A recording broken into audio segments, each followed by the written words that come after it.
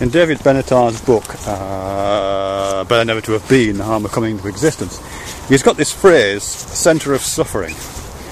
Centre of suffering. He says basically that when a person comes into existence, when a child is born, because he's talking almost exclusively about humans at this point, when a child is born, then a new centre of suffering comes into the world. He doesn't say an awful lot about it, and that phrase doesn't crop up an awful lot in the book. That's just kind of taken for granted beyond that point, and then it figures, or that kind of acceptance of that idea is used to power a lot of the other stuff that goes on beyond that. It's certainly used to power some of the kind of consequentialist maths, if you like, the negative utility arguments that are kind of repurposed into his asymmetry arguments. Because a new centre of suffering has come into the world, that's one centre of suffering where there was zero centres of suffering before, and one centre of suffering is always worse than zero, so therefore, that's what the argument was, isn't it, kind of. But does it actually make any sense, this centre of suffering idea?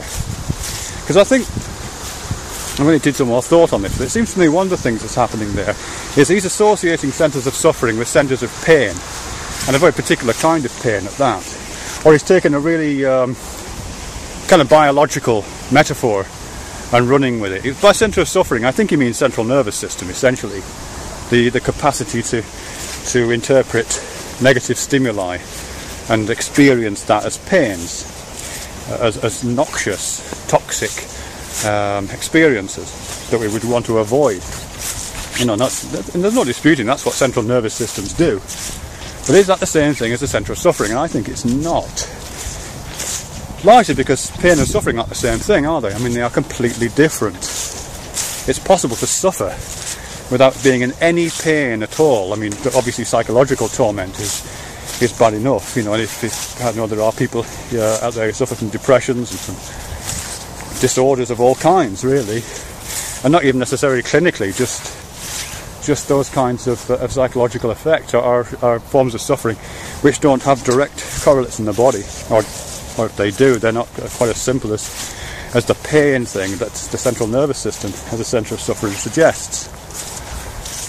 But as I say, pain and suffering themselves, even if you just take physical pain, they're not the same thing, are they?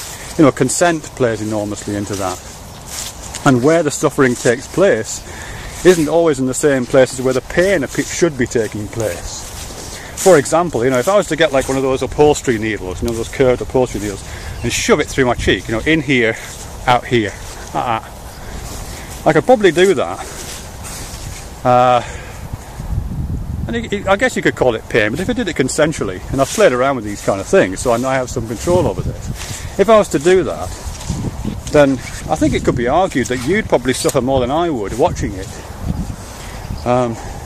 So what does that do for this idea of a centre of suffering? What does that kind of observation mean in terms of this consequentialist mathematics, the calculation of how much suffering is in the world, based on how many bodies there are in the world? One central nervous system equals one centre of suffering. It doesn't work, does it, like that? Now, I'm not discounting the fact that, of course, pain is real, and there are, unfortunately, millions of people in the world who absolutely are centres of their own world, and their world is full of pain, and I wouldn't want to discount that for one moment. But there is, I think, a problem with ignoring the fact or eliding the ideas that centre of one's own experience in terms of the negative effects that the central nervous system can give you, eliding that with this idea of suffering, meaning suggesting, as Benatar does, that to have a body makes you a centre of suffering, always the victim of your own biological embodiment, because it's not the case. Not sure where I'm going with that, but yeah, I suppose I'm just thinking of different phrases. It's probably better to think that suffering emerges out of networks rather than out of centres, because the whole idea of a centre of suffering is a bit odd, actually, isn't it? I mean, it's a very kind of centrist metaphor. It's a very, I'm not sure what the word would be, kind of Cartesian metaphor or something like that. The idea that the person is a kind of singular, or a self, is this kind of singular entity, singularly located at the centre of their own experience. and kind of uniquely confined within the envelope of flesh. That's, as I say, a very particular understanding of what a self is anyway, isn't it, really? Which isn't necessarily reflective of the best understandings of what, you know, contemporary neuroscience and contemporary psychology and contemporary philosophy of mind suggest.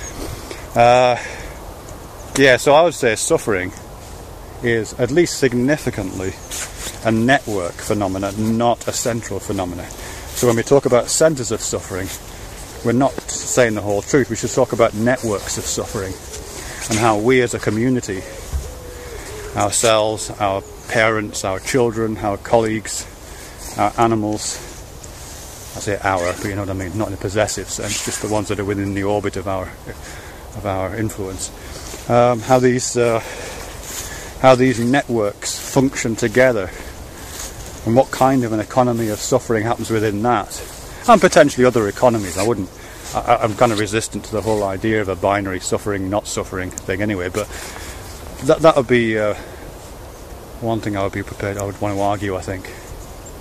Networks of suffering, not centres. Yeah. Big sky.